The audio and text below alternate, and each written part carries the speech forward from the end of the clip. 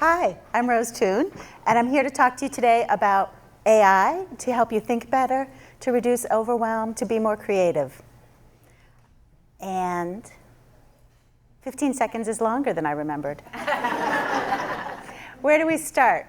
We start with what you're working on, what you hate doing, what you are dreaming of doing, what you're worried about, your biggest thing that takes the most time, anything that's overwhelming you, anything where you need to put a sparkle on it. First, we rein in the overwhelm because we all have all those chirps and alarms going off about emails and messages and all the meetings we've been in. And we use AI to sort of summarize and give us the follow-up items and give me the 80-20. Or you can be like my friend Dorothea, who I helped double the number of clients she takes in just by looking at her workflows and figuring out how she could do her processes more easily.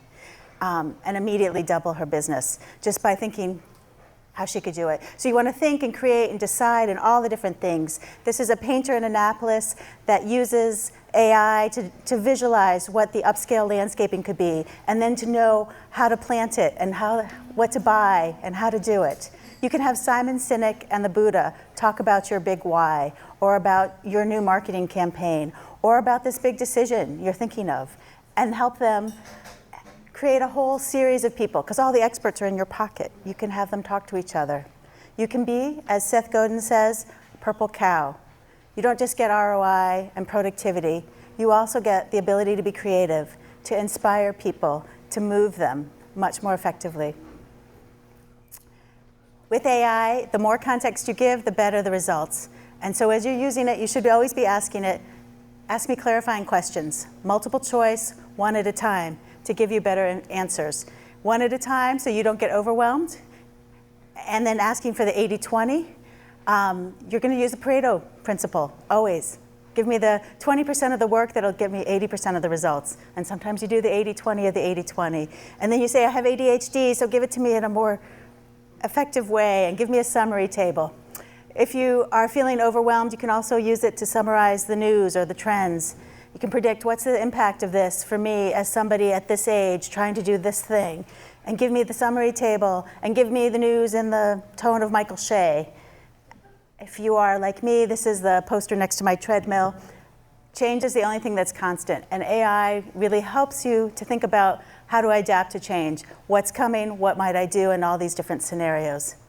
You can also use it, this is a med student I worked with who was struggling to learn protein synthesis, and we used Suno AI, and we made a country song about that in detail so she could study better than using flashcards. You can have Brene Brown and your bestie debate the finer points of Taylor Swift lyrics and how they might apply, or how you might talk to your grandkids about them. All of the world's experts can look at this, can think about it. But basically, AI gives you the ability to really think about the future and to be calmer, to look at the risks of things, to make a plan, to say, how do I want to do this thing I'm trying to do? What's the checklist? What's the chart? If you're an engineer, you might do this thing called a fishbone diagram, where you think about, if I'm trying to do this, what are all the ways it can go wrong? And then come up with a plan for how you deal with that. ChatGPT is great at this one. Claude's great at writing. But all of them help you think more clearly. No matter what you use, you need to talk to each other. Comes from Peter Drucker. The idea is, who do I depend on for what, when? Who depends on me for what, when? AI will help you a whole lot, but you still need to know from each other that mismatch so that you don't have personality conflicts. This is another example where we might take, I want to understand the impacts of all the tariffs and whether I can redo my daughter's bedroom. And I want to summarize it in a tone of Seth Meyers. So here's a visualization. Here's what it looks like. Here's a chart showing last year I thought it was $600, but now it's twice that price. Not just because of tariffs, but also because white paint has titanium dioxide that comes from Russia and Ukraine only. Or, as Seth Meyers would say, his joke of that. But in any event, you can look at the implications of things and you can put it into a tone that makes it easy and more likely for you to do something with it. And I'm hoping that I've inspired you to go home and try to use AI for something different, to think about the world in a different way, in a more expanded view.